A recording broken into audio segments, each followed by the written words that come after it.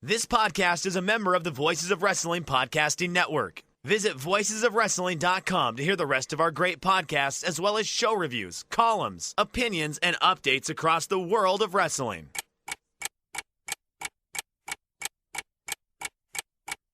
Welcome to Jumping Bomb Audio.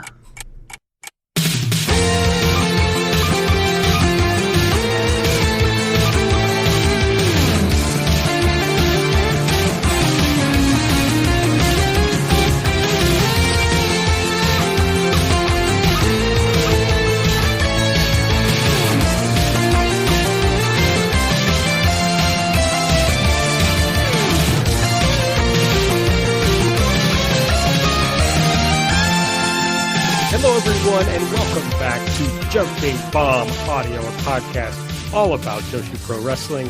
I'm one of your hosts. I'm Aaron, and I'm joined by Taylor. What's up, Taylor? Hi, how's it going? A big newsworthy week in Joshi. A lot to talk about this week. That's right.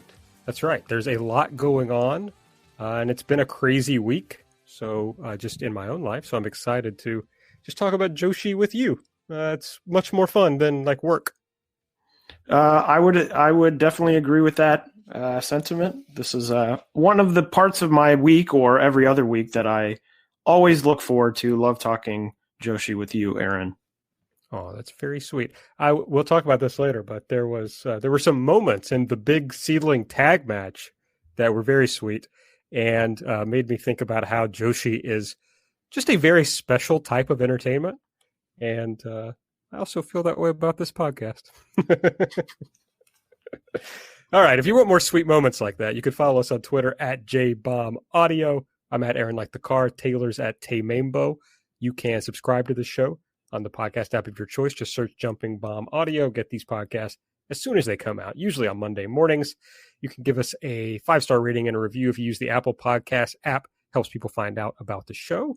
And tell your friends, if they like Joshi, to check this out. And if you are feeling generous, head over to redscircle.com/shows/jumping-bomb-audio and toss a little donation for your favorite Joshi podcast. I'm sure that's the reason why you're listening. So, as Taylor mentioned, a lot of news to discuss. We'll be doing that. We'll be talking about all the big Joshi news that's been going on, including the Stardom X SEAdLINNG thing that seems to be happening. We're going to talk about the AEW Women's Tournament. Looks like there might be some Joshi involvement there. And we'll, of course, talk about all the big shows that have been happening, SEAdLINNG, Stardom, and then all the shows that have happened, just like we always do. So I think I want to hop into to begin with SEAdLINNG. So since we've last spoken, we speak a lot, but since we've last spoken on this podcast, SEAdLINNG has run 2 big shows, including a Korakuen on January 11th, and then just this weekend, a show at Shinkiba, which was very newsworthy, on January 22nd. But just in the interest of keeping things in chronological order, Taylor, any big thoughts, any big takeaways from the Korakuen show on January 11th? Well, probably the 2 big takeaways from that show were in the sort of mid-card of that show, Riko Kaiju, now part of the Selfish Strawberries, which she joined at the previous SEAdLINNG show after expressing some frustration about not being able to get victories, managed to win, teaming with Asuka and Makoto against Aja Kong, Honori, Hana, and Rina Yamashita, which is a sort of a big step. Honori Hana got her first win in the company about a month or so ago, and Riko Kaiju not far behind in getting a win. Unfortunately, she wasn't able to follow it up on the 122 show because they announced just before the show began that Riko was experiencing, I believe, some headache-like symptoms. She went to the doctor for tests, and they said that nothing was found, nothing out of the ordinary was found, which is always good to hear. But out of precaution for her and her health, she was not on that show. But at least on this show, she was able to wrestle and get the win. And of course, the other big news the biggest news of this show was in the main event, the best friends, Arisa Nakajima and Tsukasa Fujimoto, defeating the tag champions Sareee and Yoshiko in a non-title match. So that was big news, of course. You would think maybe they would get another opportunity at those tag titles, but Nanae Takahashi came out and asked Arisa to team with her to challenge for the tag titles, which seemed at the time like a sort of interesting match that would happen. Of course, it came out a few days later that Sareee would be leaving for America and WWE, the long sort of delayed departure of Sareee. So that 122 match was her last Joshi match. She is now gone. She was actually booked for the January 23rd Ice Ribbon show, which she was taken off and replaced with Arisa on that show. So it sort of did a little bit choreograph the result of the 122 match, but I just want to say that best friends against Sareee and Yoshiko, they wrestled, of course, back in November when Sareee and Yoshiko won those titles in a match that I thought was excellent. I went 4.5 stars, and I thought this one was even a little bit better. I just thought that this was sort of, if you're looking for a match that really fits into the spot of the exact type of match that I really enjoy and I really get into, it's this type of match, going full speed, hard hitting, lots of near falls, very exciting. So this was really, for me, an ideal match with 4 wrestlers who are super talented. They all have sort of a lot of momentum. And so I love the match. Aaron, what did you think of this tag match? I liked it. I did not love it quite as much as you did, which is to be expected. I think that's usually how our reactions to certain types of matches go. One thing, and this may be unfair, I'm not sure, but one thing that brought it down for me was there were a handful of similar spots from the semi-main tag. It's like, well, this just happened. Could you have just not done those spots maybe in this match? I thought that was a little weird.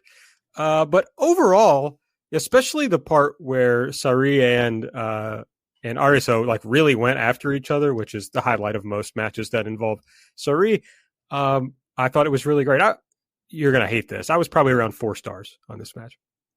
Hey, that still means you liked it. So, if you would have said, it was like, if you said like, it was like 2 3/4, I would have had an issue. But, 4 stars still means it's a good, it's a good match to me. I mean, that's, then you're, the higher you get, the harder, the harder it is to get to that top 5-star level. So, but to me, and I mean, Arisa's my favorite wrestler in the world. So I will always, naturally have bias towards her matches, especially big matches that she wrestles in. So yeah, I just thought it was excellent. Yeah. And a match that, I'm looking at it, it went just under 17 minutes. It went 16:59, which is really wild because you think of, main events going, seems like the trend is to go longer and longer nowadays. And 17 minutes is, get in and get out speed.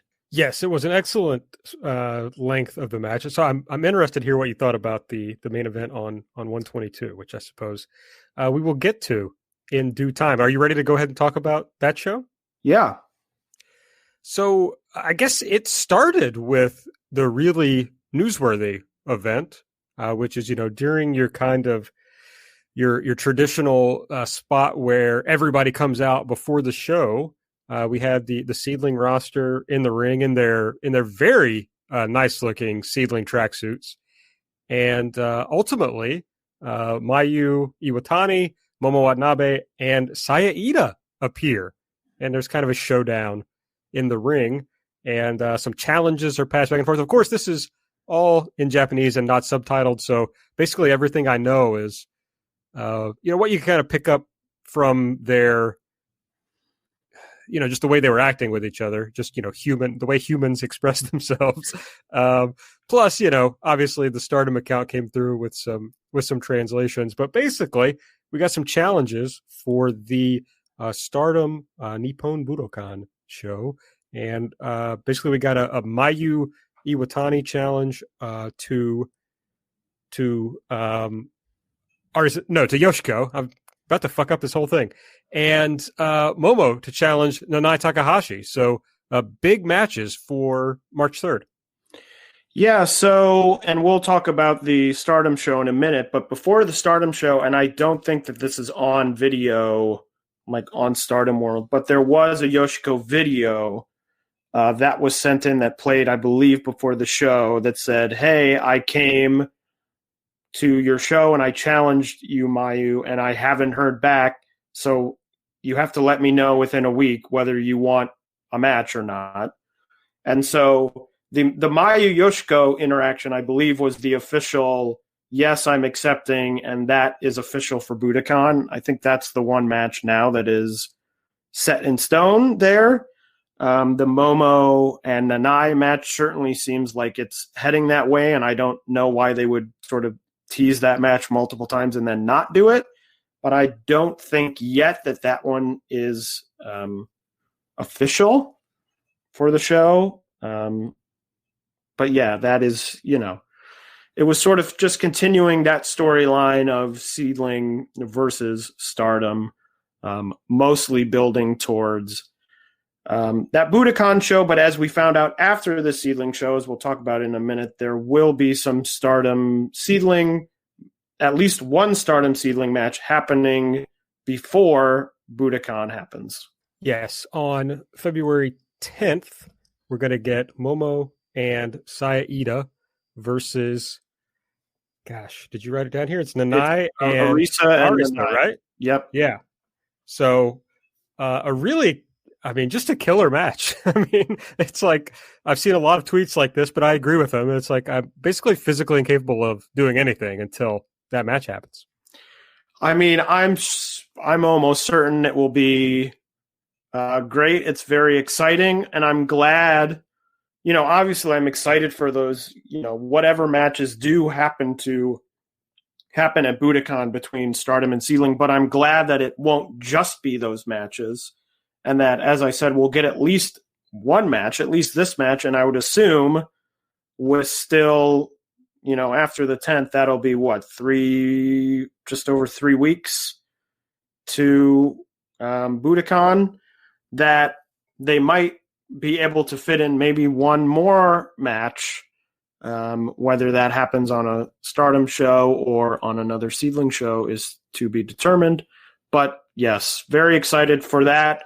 I'm sure it'll be an excellent match. I can't see really any world in which that match doesn't really deliver.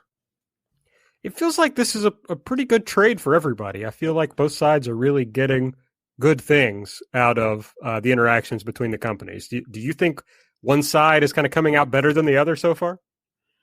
Well, of course, some of it does come down to, the results of some of these matches. If it turns out, if they have the match on the 10th and maybe they have another match and they have the two matches that we know of at Budokan, so that's 4 matches. If, for example, Stardom runs over them in all 4 matches, then maybe you look at it and you say, well, that might not be great.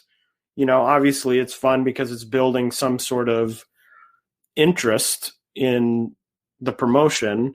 But of course that hasn't happened yet. Maybe they split 2-2. Maybe they have some agreement where they, as I think I originally talked about, that maybe there's some agreement where, Yoshiko goes over Mayu if Momo goes over Nanae, so it's even, so it isn't one promotion dominating the other promotion. But I think so far, as I said, it's created excitement, which is the point at this stage. That's what it should be doing.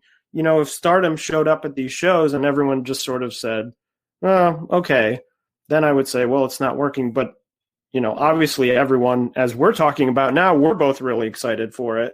So I think currently, so far, it's doing its job perfectly. Yeah, I agree with that. I mean, obviously, I'm just pessimistic. I assume it's set up for Mayu to beat Yoshiko, but for Momo to lose to Nanai, which is fine. It makes sense also. But yeah, I guess we'll see how that all plays out. And frankly, we'll see. People are going to hate this. What the business is like for the Budokan show. So do these matches actually help add some interest and sell some tickets? So we'll see and how that plays out. And I'm interested to see whether there's any, obviously the crossover from SEAdLINNG to Stardom is quite a bit less because SEAdLINNG, doesn't run the number of shows that Stardom does and the venues that Stardom does.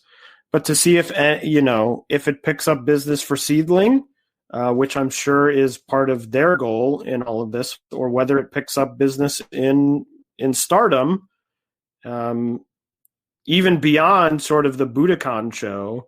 If, someone sees these matches or sees this happen, and let's say after Budokan there's no more interaction, whether Stardom people, see that and have any interest. Maybe they don't. Maybe they just say, I'm a Stardom person and I'm enjoying these matches, but I want to watch Stardom. But I would think for a company like SEAdLINNG, that would be the hope, would be to get more eyeballs, to get all the eyeballs you can on the product and hopefully convert some of those to fans of your shows.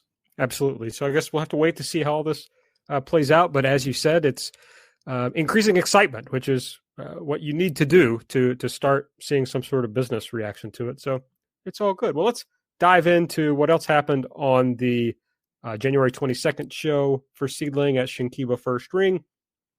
The show rather, kicked off with Rina Yamashita defeating Honori Hana with a rear naked choke. And I thought this was a very good match.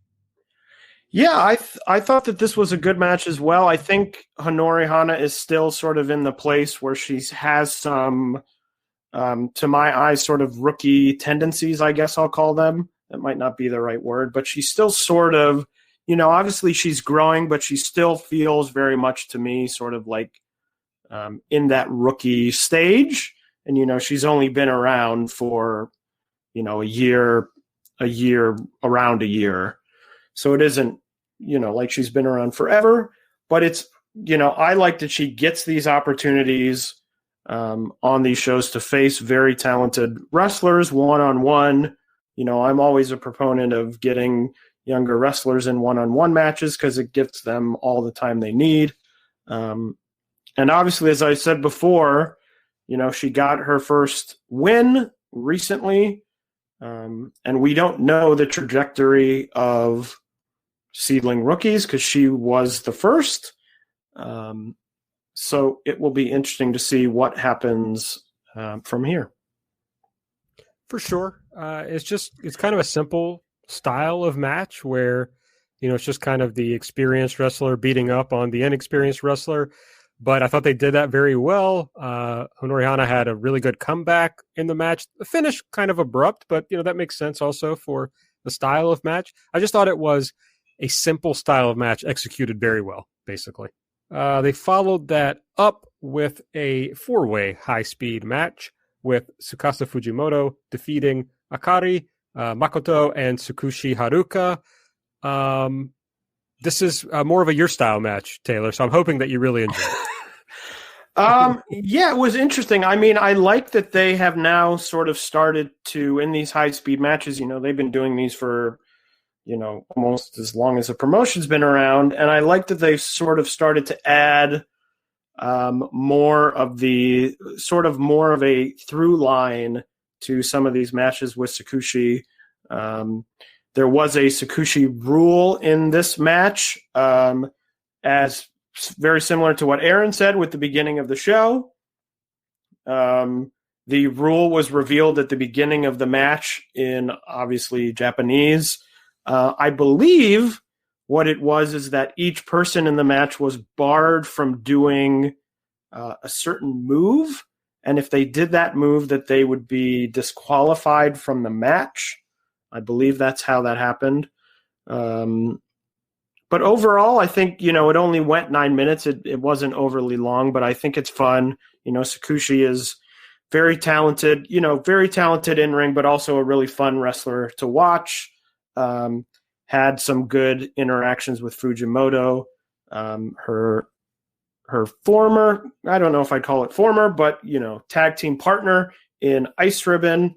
And I was interested to see Akari. She was also on the 111 show. To see someone sort of new who hasn't gotten a lot of opportunities outside of, Pure J, where she's from. Always interested to see someone sort of in a new situation to see what they can do. After that, we had Ayame Sasamura and Kaho Kobayashi going to a time limit draw with Itsuki Aoki and Neo Mizunami. What were your thoughts on this one, Taylor?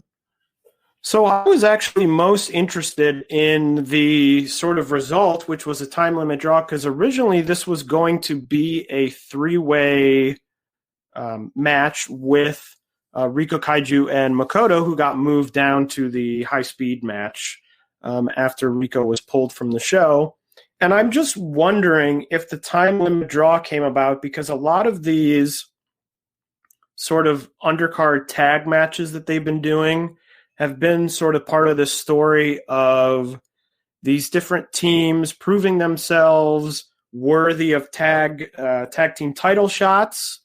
And, with the titles changing and the champions breaking up because Sareee is leaving, there is an opportunity for sort of a new team to step up and get that challenge. And I'm wondering whether it was planned that it would be Riko and Makoto winning this match and maybe then challenging for the titles, and that when they were taken out of the match, they said, well, we'll just sort of move that down the road and have them do a time limit draw.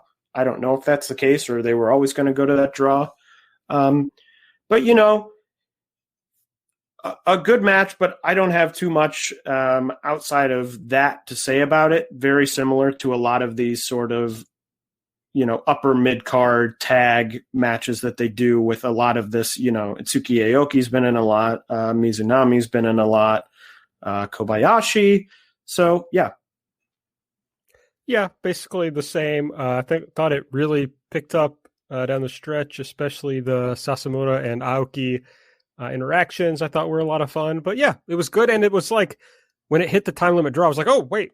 It definitely didn't feel like 15 minutes had elapsed. So I thought they did a good job. And the main event was, as we've discussed a little bit, the Beyond the Sea tag title match with Arisa Nakajima and Nanae Takahashi defeating the former champions of Sareee and Yoshiko. I'm interested to hear if you liked this better or worse than the Korakuen tag. So I liked this. I did not like it as much as the Korakuen tag. I think it was a bit slower moving. Obviously, this one went almost 26 minutes, so pretty much 9 minutes longer than the other one. I think it also was slightly hurt by the fact that Sareee had announced, I'm going to WWE, and it didn't seem like a world in which she wins leaving the company. That didn't seem to really serve any sort of useful purpose for the promotion. So the outcome to me wasn't really in doubt either, which also may have slightly hindered my enjoyment of this match. I mean, I still really liked it. I went 4 stars, so I still think it was a good match. I also think my expectations, I had just watched the other tag match, which I really enjoyed, and 3 of the 4 wrestlers from that match were in this match. So I think my expectations were also really high. So I enjoyed it, but not as much as the Korakuen and not as much as I really thought I was going to like it. Yeah, I think maybe I set my expectations too high going into it. It felt like a very good match, but it didn't really transcend what you would expect from these 4, like in a normal match. So, I probably also was around 4 stars on it, but I do think the Korakuen match was better if I'm comparing the two. But some things that stood out in this match. Well, one, I thought it was weird that Yoshiko took the pinfall. I would have personally just pinned Sareee on her way out of the company, that would seem to make sense to me. But you got these just incredibly sweet moments between Sareee and Yoshiko. Before the match, they hugged, like right before the match was about to start. It just was really cute. It felt like, I don't know, but it felt like they were saying to each other, like, oh, this is our last match together. And then there was a moment, I want to say it was in the closing stretch. It was at least closer to the end than the beginning, where they were kind of all on the mat and they like reached out and like grabbed each other's hands and like talked for a second, I'm sure, about whatever they were going to do next. But it just felt so sweet. And, seeing, which this was common, but Sareee like jumping up on Yoshiko's back at the start of the match. It's like, it's just moments that you get in Joshi, like emotionally vulnerable moments that I'm not sure you get in wrestling generally and in a lot of art generally, or sports generally, where just really separates Joshi from everything else that exists. Yeah, and I was happy, generally, but also this match, I saw that, Yoshiko was in tears afterwards as they were taking pictures and sort of giving their farewell. But, Sareee was, and they showed many of these photos in the, video packages that they did and things like that. She was sort of part of the original 4 of SEAdLINNG. It was really these 4 wrestlers that were in this match. And, then she was recruited for the Mae Young Classic and they told her she couldn't go. And then she ended up leaving and going to Diana. And it always just sort of felt like a strange thing. It wasn't really clear if there was, anger there or what sort of the true feelings were. But I was happy to see her sort of come back, get this opportunity, do very well, and clearly enjoy herself, while also obviously providing some great, matches. Sareee and Yoshiko weren't even together that long. They did really well in some of the year-end polls in Japan that came out, which was really great to see. So I was happy to sort of see a nice, sort of ending to the story where she comes back, clears the air, I guess, and gets the opportunity to sort of have fun, say farewell, because, maybe you don't know what the future holds with her. Maybe she's back in a few years, or maybe, she goes off and she's very successful and she never wrestles another Joshi match again. You don't know, but glad to see her get these matches. I was also interested that she didn't take the pin, because she did take the pin in the Korakuen show, which is a bit interesting that she took it there and not for this one. I also wanted to talk about Nanae Takahashi using the B driver in this match as maybe a little call out to the Stardom roster. That's true. I guess I didn't really think of that, but that's certainly, I could see why that would stand out to you. The Sareee thing is interesting as far as, she's 23 or whatever. So I think the likelihood is that she wrestles in Japan again one day. Not as a WWE roster member, but like comes back to Japan at some point. Just because time is on the side of that happening. But I think she's really going to be missed in the Joshi scene, in that she brings something that not a lot of people do, which is mainly just an absolute love of violence, of brutality. She just, the joy with which she seems to hit the fuck out of people and get hit very hard, I think is something that not everybody has. I know that's kind of seen as like a common thing across Joshi, but I think Sareee does it in a way that shows a little bit extra joy that not everybody has. So I will personally miss her very much. I've really loved her matches for the last several years. So it's very sad to see someone retire at such a young age.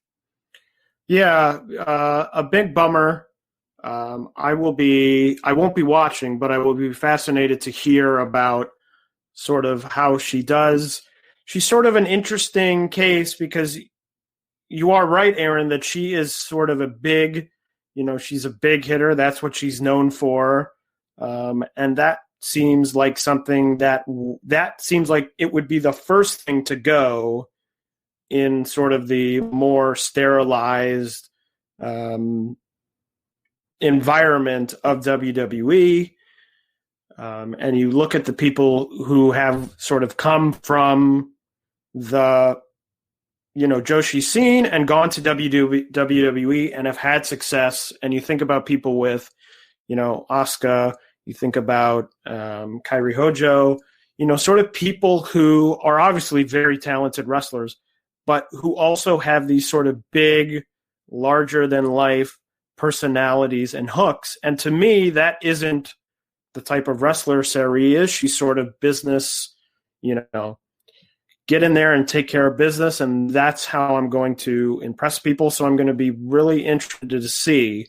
Obviously, she's an incredibly talented wrestler. I agree with you. She's been, either close to the top or at the top of the Joshi scene for the last few years at least. So I'll be fascinated to see exactly how everything turns out with her. Yes, I wish her the best of luck. If that's what she wants to do, then I'm happy for her. I just would prefer to see her stick around in Japan. It'd be a lot more fun for me personally. And isn't that what's important? That's why all of these Joshi shows are booked, just for you. Yeah. I mean, to me, for someone like her, it makes the most sense in that I can't imagine with, being freelance, she was pulling down an insane amount of money. She'll probably actually do better financially by going to WWE. But just a bummer, as you said. So we will see what becomes of it. Let's move on to the Stardom Korakuen show. This is from January 17, I believe, if I'm not messing that up. That is correct. Excellent. Overall, a very weird show, I thought. A show where I really enjoyed the undercard more than the main events or the top of the card. But I guess we'll get into that as we get into those matches. So let's start with the first match. We had Saya Iida defeating Unagi Sayaka in a Future of Stardom title match. Iida won with the Diamond Dust. Yeah, I thought that this was really good. I thought it was a really fun match. It was not. I thought that this was by far sort of Sayaka's best performance in Stardom for me. It wasn't perfect. There's some moments when I was like, "Ooh, keep it together," which I think they did. There was nothing major in the match that was, disastrous. But I just think, Saya Iida is improving really, match over match, week over week, month over month, whatever you want to say, by leaps and bounds to me. She's someone who sort of had this, character, this, I'm rough and tough and, pounding her chest. And I think that part of it is that her in-ring stuff, her in-ring work has improved, but also her look, I think, has gotten a lot better. And I think she's gotten a lot more comfortable with the sort of character that she is portraying, this sort of, I'm strong, I'm very small, but I'm very strong, and I'm going to go out there. I mean, she looks to me, to my eyes, like she is getting stronger physically. So I just thought it was a fun match. I think Saya has really added things to, her finish, I think, is a really cool looking finish. That sort of top rope DDT, I guess you would call it in some fashion. So I thought that this was really fun. I thought it was a great start to the show. Yeah, I thought this was excellent. I thought that Unagi, I don't know, maybe I was missing her really great stuff in Tokyo Joshi, but I thought this was better than I had any expectation it would be. You're right about Iida. I think the difference is, she's always, this kind of felt like a comedy character for a long time. And then she just got ripped and got much better in ring. And I think developed a confidence, a matter of comfortability in her own gimmick, in her own skin, to where now it just feels real. Like she's just excellent. It's been a real boon to these cards to start these shows with the Future of Stardom title matches. It's really worked out. So I was glad to see another one here. Well, and I think that also giving her the title, also gives her that boost of confidence where this, the Future of Stardom, title is good for this, to say to someone, we recognize you're working hard, or we recognize that you're improving, and here is some measure of that we see it. And I think to wrestlers like Iida, they win the title and they say to themselves, well, this is acknowledgement that the work that I'm doing is being recognized. And I think that gives them an even bigger boost of confidence, which I think has helped Iida tremendously. I absolutely agree with that. Next up, we had Natsupoi defeating Konami by DQ for Konami tried to use a chair here in the match. Yeah, I mean, to me, sort of larger picture with this, it just, and we said this last year a number of times, it just feels like Oedo Tai is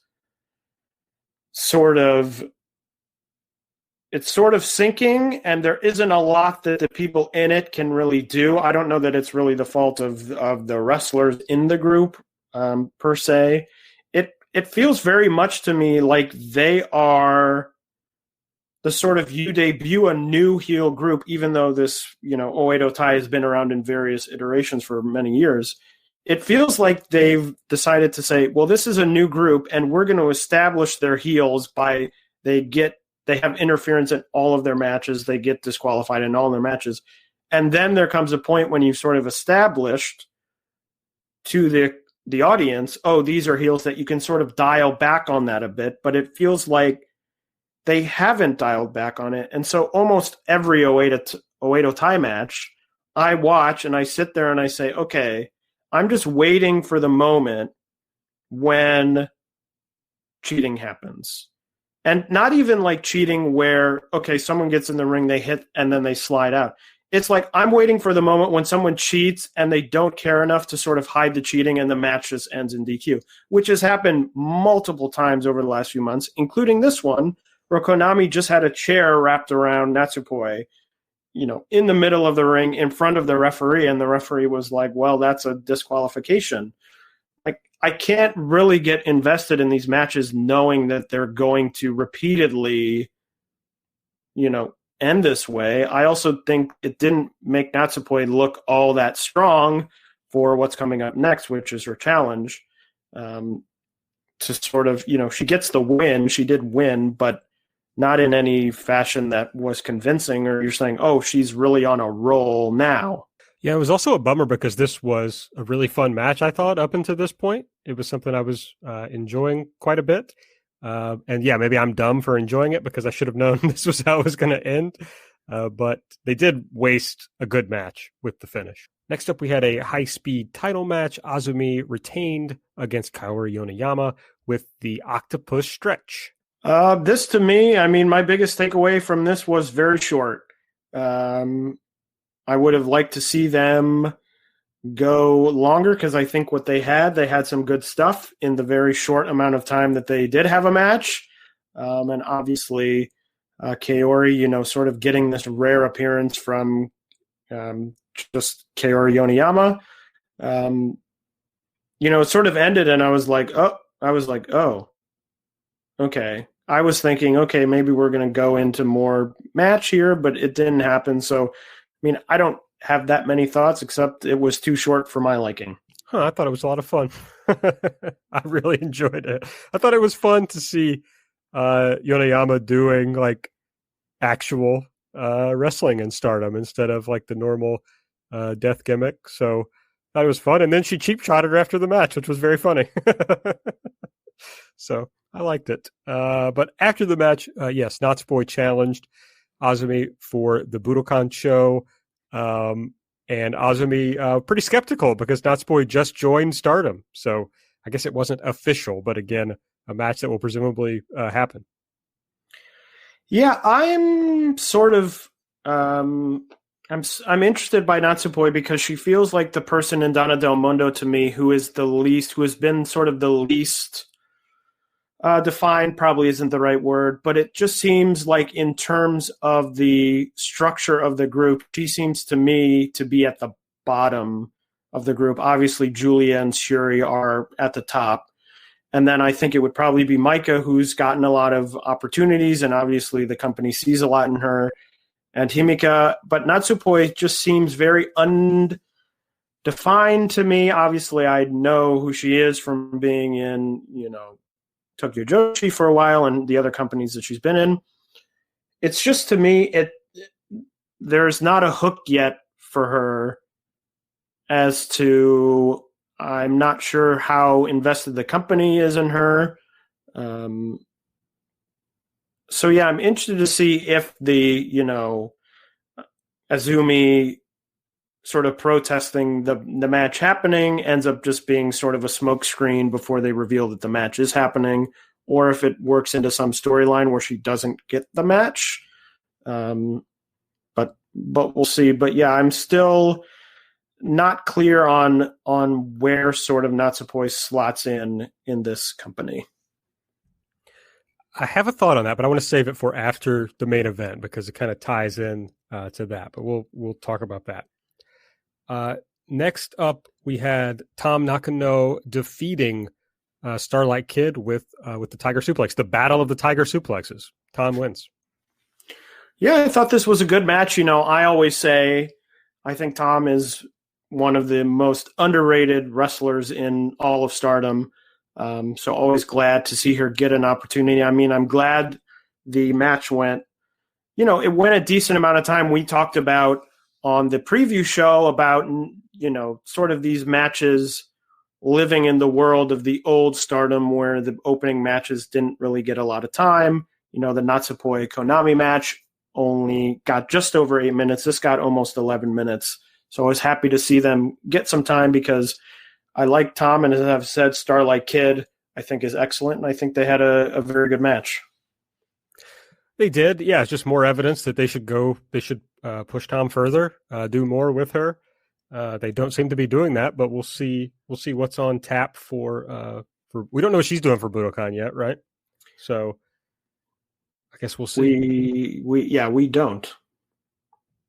All right, then there was an elimination tag match. The Queen's Quest team of Momo Watanabe and Saya Kamitani got the win. They defeated the teams of Himika and Shuri, B. Priestley and Saki Kashima, and Mayu Iwatani and Ruaka. I think we're learning that Mayu Iwatani needs to stop going to the top rope in matches that have over-the-top rope rules, because this is the second match in a row where she's done something and just been tossed out of the ring, which was quite surprising, teaming, as we mentioned on the preview, teaming with Ruaka. You figure that Ruaka would be the one to take the fall, but I think obviously the booking here was clear for Saya Kamitani for later in the show. Absolutely. The best parts of this match were the Momo and Shuri interactions. People won't be surprised by that, of course, because like you with Arisa, Momo is my favorite. But yeah, those were the strongest parts of the match for me. Then we had the white belt match, a no rules match. Julia retained against Natsuko Tora with the Glorious Driver, and I really hated this match, Taylor. Oh wow, interesting. So of course, with this type of match, the thing always sort of in the back of my mind is it is a no rules match. And yet Oedo Tai, except for a few moments, stayed entirely out of the ring. They brought in a table at one point to set up a table, and I think they did sort of that corner spot where everyone comes in the ring and hit someone in the corner. But every other show that they're on, in every other match, in this, on this show, they have said, well, we're just going to blatantly, have people in the ring. We're going to hit people with chairs. And yet in this match, which is no rules, they are sort of very calm. Now, I guess you could make the argument well, Julia had people at ringside, so they didn't get in the ring, whatever. I mean, that's always sort of my issue with these matches where you say it's no rules, because then all of a sudden the heel has to act less heelish than in a normal match. Anyway, I actually didn't love this match. I don't even know what I would give it star rating, probably 3 and probably 3.5. So I didn't love it, but I also didn't hate it. I thought they did some interesting things. I mean, I thought that the sort of use of the roofing tiles, I guess that's what they were, I thought was sort of interesting. It was something I hadn't seen before. It's something that, it looked painful to me. I wouldn't want to be dropped on those roofing tiles. So I think I enjoyed it. I liked it as sort of a change of pace, as it wasn't like, sort of that upper card main event Stardom singles match style, because they had sort of the tables involved and the tiles involved. I didn't think the outcome was really in any doubt. I know that there are some people who did think the outcome was in doubt, but I didn't. I figured that Julia would win, and she did. So at the end of the day, I didn't mind it. I probably won't think much about it, now that we've reviewed the show. But I thought it was perfectly sort of passable, and a good, as I said, a good change of pace from just sort of the sort of Stardom singles match style. The work is one thing, but what was the point of this match? Why did it exist? I mean, you got Natsuko Tora, who is like the leader, the de facto leader, I suppose, of Oedo Tai. And Julia has now beaten her in her own match, her own like style of match. This is the only type of match where you would anticipate Natsuko would be favored against someone like Julia, or really against anyone, the way she's been booked. So not only have they trained us to understand that Oedo Tai is just going to cheat as much as they can in these matches, but we haven't been given any reason to ever believe that Natsuko could win a big match. So I hated this. And then afterwards, Julia's like, oh, you're pretty good without breaking the rules. Why don't you try that? And it's like, based on what? Based on what are we to believe that Natsuko is any good at this point? And I'm talking about in kayfabe, if Oedo Tai doesn't cheat on her behalf. So I didn't understand it at all. And I hated it for that reason. I mean, I totally understand that, but I think I'm now at the point where I've sort of just written off Oedo Tai, because I think that they've just been so poorly booked in general in the last number of months that clearly, I mean, even Konami switching, which sort of, I think at the time everyone thought, okay, maybe this is a little bit of, juice to this group. They get someone who is well liked, is a little bit of a different style than what they had in the group.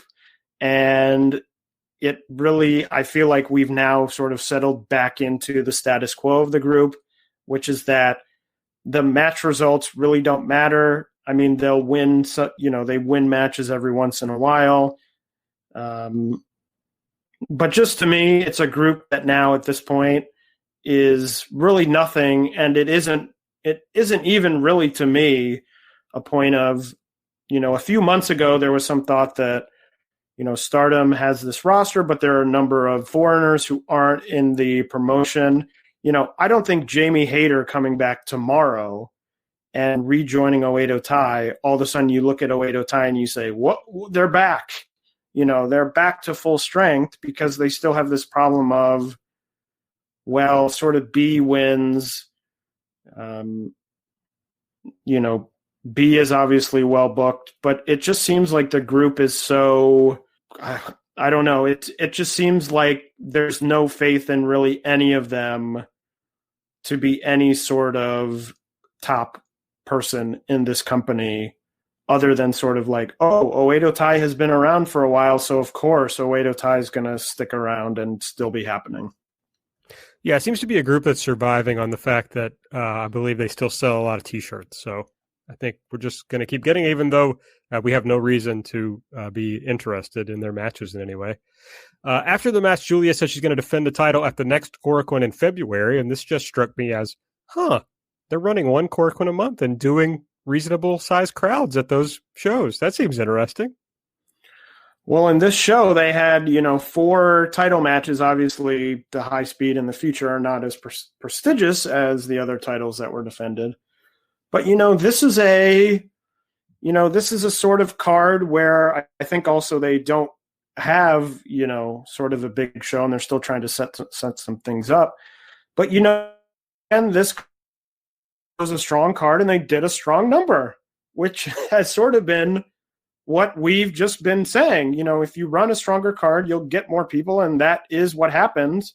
And last month they did, obviously, the year-end climax, which is one of their sort of bigger shows because it ends the year and people are sort of on the holiday period. So, yeah, this is good. It seems like at least a little bit that Stardom has realized they've got to start sort of pushing more onto these shows to get people in the building, especially at a time where, obviously a lot of things are going on with COVID-19. And it is now going to be even unrelated to anything Stardom is doing. It is going to be more difficult to get people in the building because of this, state of emergency that was going on in Japan, where the shows have to start and end at a certain time. But I think people are going to be less likely to go to shows unless you really build them in a way that really draws them to see shows that they think are important. I think it's also helpful not to run every 2 weeks like they were doing before or whatever. So, yes, I think this is going better. We closed the show out with the red belt match, Utami Hayashishita defeating Maika with the BT bomb. Okay, I'll start with positives. I thought Utami looked really good in this match. I thought she looked very aggressive in her offense. My favorite part of the whole match was the sequence where she stood up and she suplexed Maika, but just sort of tossed Maika over very quickly. And then Maika stood up and I think gave her a side suplex or some sort of suplex. And that was, I think, maybe just over halfway through the match. And at that point I thought, okay, here we go. This match is going to kick into high gear and we're going to go. That was short-lived because my main takeaway from this is that it, to me, felt incredibly slow. It felt a lot to me like if you imagine let's say a 40-minute match, you sort of have the part at the beginning where they're wrestling, they're doing quick, and then you sort of build in the story of, they're getting tired. It's been a long match. The time is going on, their stamina, they don't have enough stamina. Because it felt a lot to me like it was, someone does a move, we lay on the mat for 30 seconds. We get back up, someone does a move, we lay on the mat for 30 seconds. We get back up, someone does another move. And that moment, when you had that quick sequence of suplexes, I was like, okay, we're picking up the pace. And then, of course, the pace sort of settled right back into this very slow, methodical pace of sort of move, wait. That, to me, just didn't really draw me in. Of course, as usual, it was hurt a little bit by me thinking that Maika really had no chance of winning. I didn't see really any world in which she emerged victorious, which probably hurt as well. So it, to me, just felt very, very slow. I think you are 100% right. And I think it was slow because it felt like to me they didn't have a lot of ideas for a big Korakuen main event. It's like, hey, we've got the ideas for about half a match, but if we can stretch it out to a 24-minute match. I look back and I'm someone who loved the first 2 matches that they had. So I look back at the lengths of those. The first time they wrestled in Just Tap Out, 13:57. The second time they wrestled in the 5-star, 13:55. So I think they have about 14 minutes worth of ideas. and they tried to stretch it into 24 minutes here, and it didn't go well. That was basically my thought, especially, as you pointed out, when one person is very unlikely to win. That just requires a different level of ideas, of creativity to make the match more interesting, and they were not up to the task on this show. I also, and this, it is sort of about this match because it happened in this match, but it's about a lot sort of generally is that I feel like wrestling has gotten to a point where this sort of stand in the middle of the ring and like hit each other with forearms segment has become almost a requirement for every match that people do. And when, we were talking about Sareee sort of does those segments and you can hear each hit, and there's an intensity to that I think makes it really exciting. But I think a lot of these sort of forearm exchange sequences have become very rote, and they become very, okay, this is what we're expected to do. So we're just going to do this sequence where we do forearms. They don't make any sound. It's just sort of there because it's expected to be there. And you're like, oh, they're really fighting now. And I would wish, it happened in this match, but it wasn't, egregious in this match. It just happened. And I thought, it reminded me of that. I would like to see matches sort of get away from that unless you really have the intensity needed to sell that, we're going for it and we're going to stand in the middle of the ring and we're going to hit each other instead of it just being like, well, this is part of the match that everyone does. So now we're going to do it. Yeah, I think all that's fair. So it turned into a show that I liked a lot of the undercard and didn't really care for the top two matches, but that's okay. That's going to happen from time to time. After the main event, Utami said she needed a challenger for the Budokan show, and Saya Kamitani emerges I know the crowds aren't making like noise with their mouth, but no claps, no nothing when Saya challenges.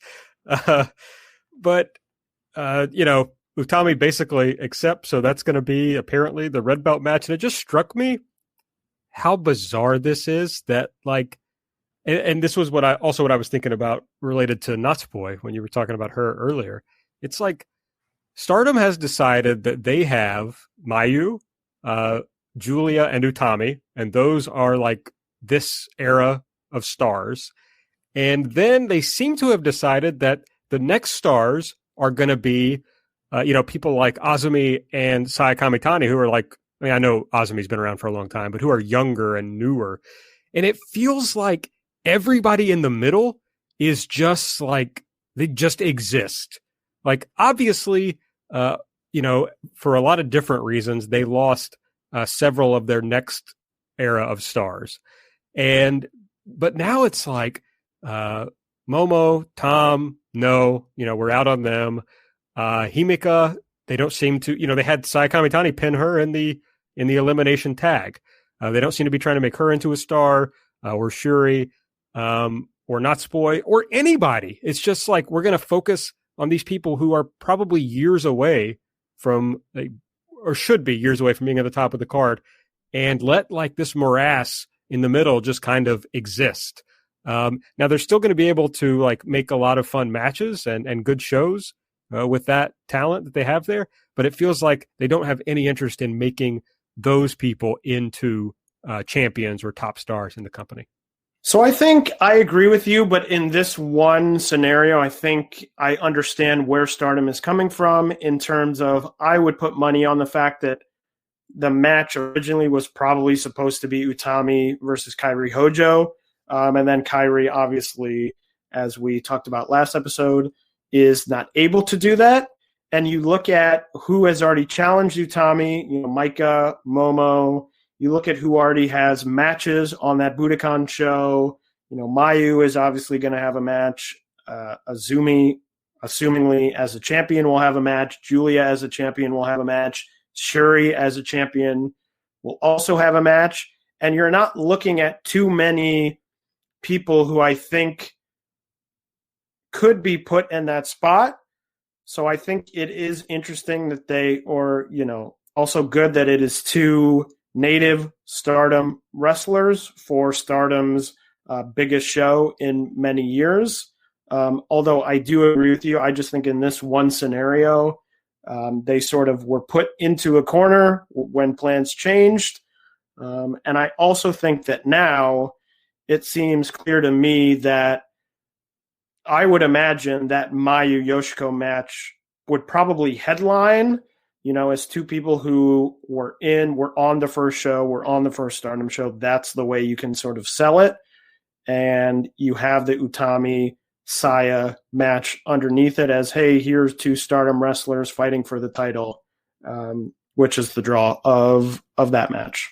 It was interesting what you said about their biggest show. Their biggest show ever, Ryogoku in 2013, announced attendance 5,500. I'm pretty sure that's true. So, yeah, I'm not sure. I don't think they can beat that. But, maybe they'll be able to approach it. I saw, just looking now, I see that New Japan in late last year for the Best of Super Junior final did like 3,500. So, I don't know. Do you think that seems reasonable? It's sort of, it's so funny because if you would have said, okay, the big match is Utami versus Kairi Hojo, I would probably be thinking, well, that'll be interesting. Is Kairi, I think she would be some sort of draw. Is she that huge draw? Without that match, I think unless, we don't know the whole card yet, obviously. Unless there is something coming that we are not aware of, you're now largely depending on, I think, besides obviously your sort of title holders in the Stardom roster, you're depending on SEAdLINNG to draw a big number. And, SEAdLINNG is not a big drawing company. They're not a huge company. They don't have a huge roster. They do 400 or they've been doing 400 or so at their Korakuens that they run. So I think it's going to be tough unless there is something else up Stardom's sleeve, or unless they come out and they announce, a bunch of just gigantic people for, let's say, that Rumble, the All-Star Rumble that they're doing. If they come out and they name huge people that haven't been around or haven't wrestled, maybe that would help. But I do think that Kairi Hojo missing the show does put a large hole in probably what they were expecting to help draw fans in. I think that's fair. That's going to be interesting as we see going forward. I think that's everything from that Stardom Korakuen, unless there's anything else you wanted to talk about. No, I think we got to it all. All right, excellent. Let's hit some news notes. I want to start with the AEW Women's Tournament. They had a graphic on the show this past week. They're going to be doing a 16-woman tournament, and the graphic had an American flag on one side and a Japanese flag on the other side. Led to a lot of discussion about whether that meant there was going to be a Japanese half of the show. You might know that it would be hard for AEW to come up with 16 American women to have a tournament with. Emi Sakura tweeted that she's going to be involved, so it does seem like there's going to be a Japanese half, I assume, with Gato Move or Choco Pro and perhaps some Tokyo Joshi Pro involvement. They have a relationship with them in the past. Any thoughts on that, Taylor, or how you think that might go? I certainly think it's interesting. It's something that, a lot of talk about AEW and the women's division has been, well, they can't get the Joshi in. They can't get the Joshi in. Just wait until they get to Joshi in. That'll really help. And I think it is a good idea to, whatever they do, I don't know what the end point is. It's good to, put these shows on and just have them in Japan, however you present this. I don't know if it's going to end up on YouTube or if it will be a, AEW Dark thing, or if any of them really make Dynamite, which I can't imagine would happen.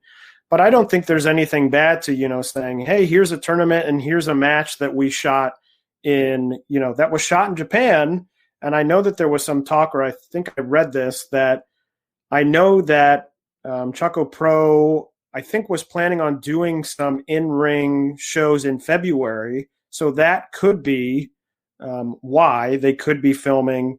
Obviously, I think if Choco Pro is involved, I think AEW would probably say, hey, can they be in-ring matches as opposed to at Ichigawa Chocolate Square. But you could also do 4 people from Choco Pro, and you could do 4 people from Tokyo Joshi. And I think that you could probably come up with a pretty strong roster. If you're only looking for 8 women between Tokyo Joshi and Choco Pro, you could probably come up with that easily. I know a couple hours ago, Asuka, Japan's Asuka, not WWE's Asuka, tweeted about, does anyone remember Vani, which was going to be her name on the 2020 WrestleMania weekend. She was going to come over, and that was going to be her name, I think, to avoid confusion with WWE's Asuka. So she said, does anyone remember it? She had an American flag. That could mean that she is involved in this tournament. I don't know. Maybe she has some secret WWE offer that no one knows or no one has talked about. I hope that's not it, because I think, and I have been saying for a while, that I think Asuka would be a huge get for AEW. I think she really ticks all the boxes of someone that they are looking for that division in terms of in-ring, personality, character-wise. So I am really, I'm looking forward to it. I'm interested to see how it's done, who's in it, how it's presented on AEW, but I think it's going to be a great opportunity for whoever gets in. It just occurred to me when you said that. I'd never thought of it until this very moment, but they could have been doing this all along. They could have just had like AEW Japan, like filmed some matches occasionally to put on Dark or whatever. And that would have been much more interesting than anything else that they've done. But anyway, that would be fun. Some of the talk or rumors is that they're trying to get Riho into the United States, presumably to stay. I know she finished up with Stardom. Haven't seen her doing any other freelance work since then. But the idea would be that she would win the Japanese side of the tournament and then face Hikaru Shida once she's back in America, presumably at the Revolution pay-per-view, which they just announced is going to be on March 7th, I believe. Yeah, I mean, it seems clear to me, whoever is in the tournament, it seems like Riho is going to be, and deservedly so, still the focus. She was the first first women's champion of the promotion, so it makes sense that she would be involved. And, this is a good way. It would also be a good way to sort of get her back onto, if it's not TV, onto wherever, onto YouTube, just to say, hey, remember her, sort of build her up instead of just bringing her back and throwing her out there and saying, oh, she's back, remember? So overall, I think it's a great idea. I agree with you that I don't know why they weren't doing this before. I mean, Personally, I think if they would have gone to Emi Sakura and said, hey, will you film some matches for us? I think Emi Sakura would have done it in a minute. Both because I think that they would have enjoyed that, and I think it would have been great publicity for Gato Moves, Choco Pro. They always talk about on all these Choco Pro shows about how they're, they have the AEW logo displayed. They're, AEW affiliated. They talk about AEW. They watch all the AEW Dynamites in their live watches. So they want to have some connection to AEW. So it would seem natural that you would reach out to them because they would be more than willing to, to do whatever you sort of ask of them to get these matches out there and get people on the shows. All right. If you're particularly interested in that, I talk about it a lot over at Everything Elite, so go check that out. All right. Well, let's talk about some other shows that happened in the past few weeks, or the past couple of weeks. We did have Stardom January 24th. They had Mayu and Tom Nakano go to a 15-minute draw. Let's see. What else happened on those shows? Was there anything that stood out to you, Taylor, from those shows, the Osaka Day and Night shows?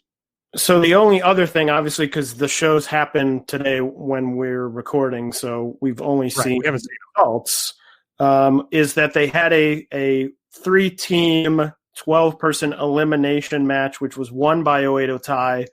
B. Priestley threw Utami over the top rope to eliminate her during the match, and she challenged Utami for her title. Don't know when that happens. It seems awfully early to sort of set up a challenge if they're going to wait till after Budokan to do that, which would be in almost a month and a half time. So maybe there's some sort of interim, maybe at the next Korakuen she defends it or whenever. But they seem to be setting up that direction of B. Priestley and Utami. Elsewhere, Tokyo Joshi's Korakuen is coming up on February 11th, so they're continuing to add matches to that show. The new superhero tag team Shin Ultra Shoko and Hyper Masao challenge the Bakuretsu sisters for the tag titles. That will happen on that Korakuen. And Maki Ito and Miya Yamashita challenged Mei Saint-Michel and Saki Sama to a match. That was originally Ito asked for a 1-on-2 handicap match. It was denied, so Ito asked Yamashita to tag with her, so it would be a 2-on-2 tag, and that was approved. Ice Ribbon had their Korakuen last night on the 23rd. We were originally going to cover that on this show, but it was picked up by Samurai, so it will air on Samurai on February 7th. I have stayed spoiler-free, so I don't know the results, but that was a big show with Tsukasa Fujimoto against Yuzu Suzuki for the title, Maika Ozaki and Miya Yukihi against Rina Shingaki and Tei Hanma for the tag titles. And on that show, that was the show Sareee was going to be on that show, but her last date was the 22nd, so she was replaced on the undercard by Arisa Nakajima. Diana had another one of their dojo shows on the 17th. The highlight of that for me, I tweeted a little bit about this on the Jumping Bomb audio account, was the Kyoko Inoue and Nanami versus Luminous, the Luminous team of Haruka Umasaki and Miyuki Takase. I said, and I still believe, that if Luminous gets enough opportunities on shows, if they just build up sort of the pure numbers, I think they definitely have the talent to sort of be in contention for Tag Team of the Year award at the end of this year. I thought that this match was a lot of fun on the Diana show. It's on their YouTube, free to watch, so worth checking out. Marvelous had two shows, two pay-per-view shows. The first one was another Road to Gaia-ism show with two Sendai versus Marvelous 6-person tag matches at the top of the card. The big sort of story coming out of the January 12th show was Hibiki tapped out in the semi-main event to Yurika Oka, and it came out that she had left and gone home. She was originally booked for the 18th Marvelous show, and she was not on that show, and they sort of reshuffled the card a little bit. It seems to me that this is a storyline. There was a lot on the 12th show about Hibiki appearing very upset.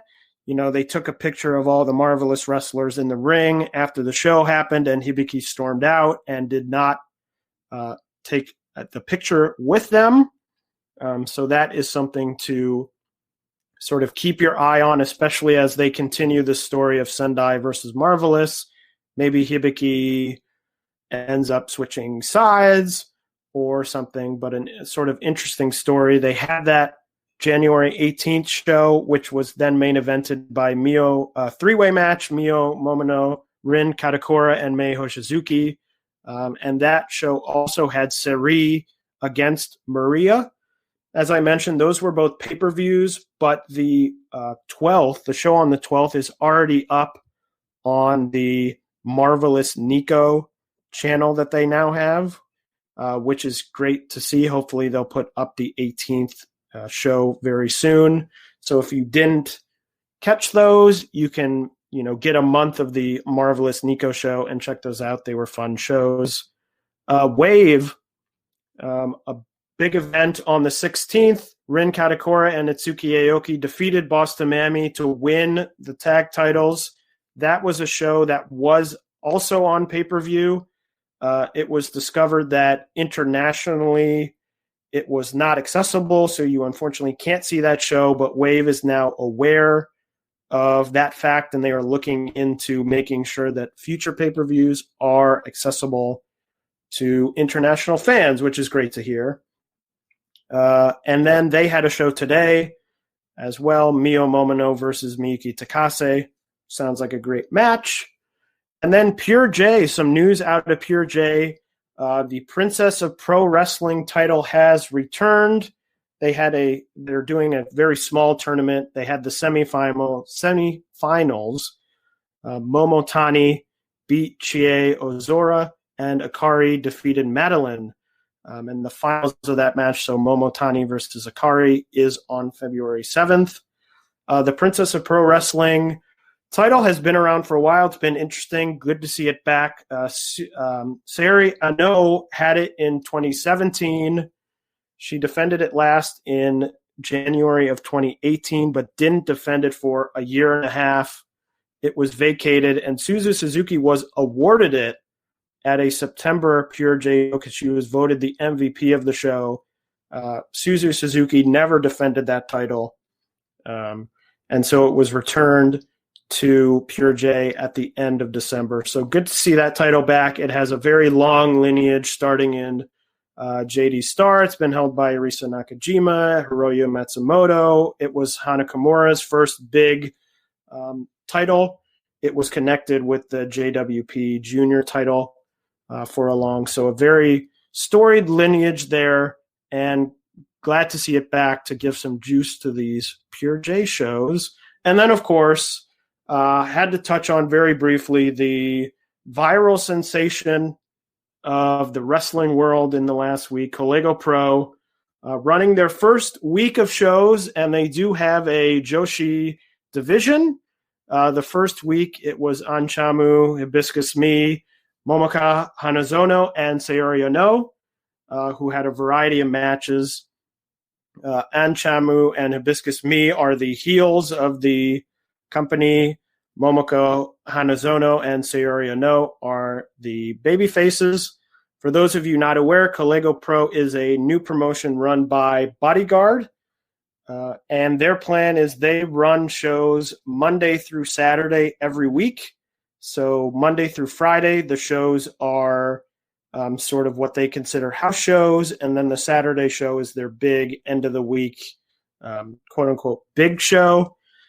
That all these shows are available on YouTube, on the Collego Pro YouTube channel. They're easy to access. They're actually very breezy shows. If you sort of fast forward through all the ring cleaning and the, opening introduction, you can get through most of the shows in like 45 minutes.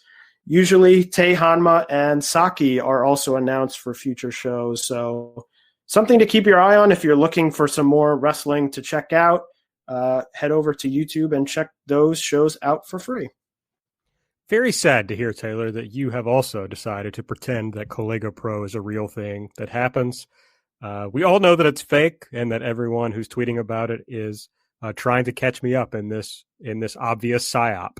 I'm sad. Aaron, I have to tell you, Collego Pro is pro wrestling. We discovered this week.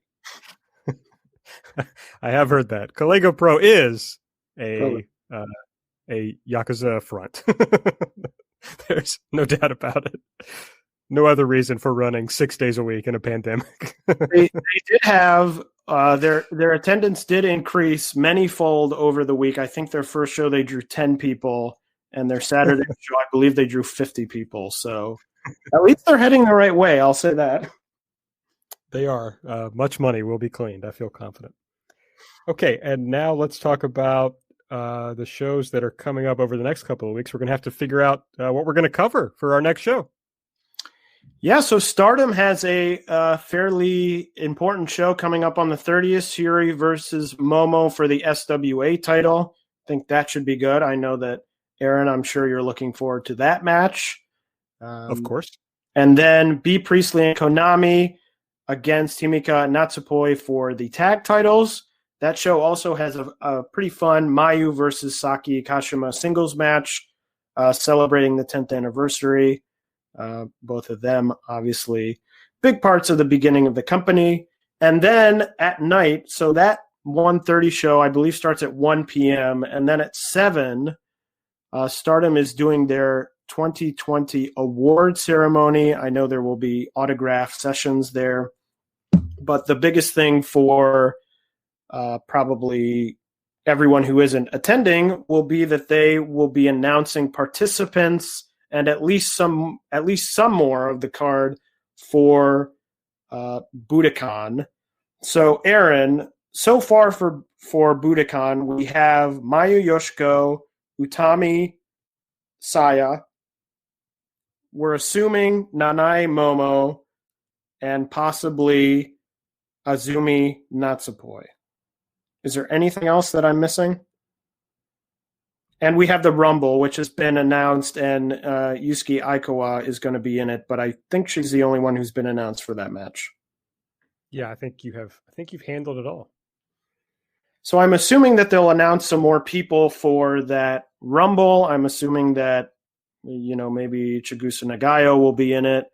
We'll see who else. And then possibly a couple match. I'm assuming that every title would be defended on that show, so we would be looking for a future title match, the confirmation of the high speed, whatever the tag title match is, which of course would have to wait for the result of the show before, as well as the SWA title. So hopefully after that show, we will have a pretty good picture of what's on that Budokan show, and they'll be able to really promote that show and hopefully draw a lot of fans. Tokyo Joshi has a pay-per-view coming up on the 30th. This is an interesting pay-per-view. They're going back to the original style of the promotion when the promotion first launched, which is wrestling on mats instead of in a ring. That is the way their first few shows of Tokyo Joshi were done, very similar to the way Gato Move does their shows. It will be held in the same venue that those original shows were held, Twin Box Akihabara. So that should be good. And the main event is a mixture of veterans and younger wrestlers, Rika Tatsumi and Suzume versus Miyu Yamashita and Mirai Mayumi. Looks like a good show. I did watch their first pay-per-view on the Open Rec platform. It was very easy to use, very easy to purchase the show, and then very easy to watch. So if that's something you're interested in, I would recommend checking out that pay-per-view. Other than that, there's not too much going on in the rest of the world. Choco Pro has a show on January 29th that will feature both Mitsuru Kono's graduation ceremony. She is unfortunately, very sadly, retiring. She had a great year last year, so sad to see her go.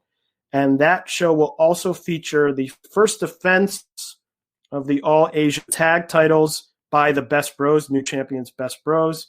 They will be defending against Yuna Mizumori and Chris Brooks. So that should be a very exciting show, something to look forward to.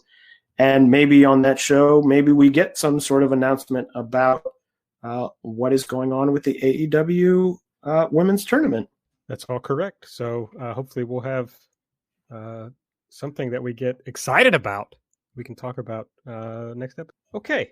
Well, I guess that's everything, right? We've covered the entire world of Joshi. We went all the way around it. Covered the whole All right. Well, make sure you're following us on Twitter at JBombAudio. I'm at Aaron Like the Car. Taylor's at Taymambo. You can subscribe to the show, please. Give us a 5-star rating and review if you use the Apple Podcast app. Tell a friend about the show. Or if you'd like to donate to the show, you can go to redcircle.com/shows/jumping-bomb-audio. I think that's it for us. So we will see you in about 2 weeks. Bye-bye.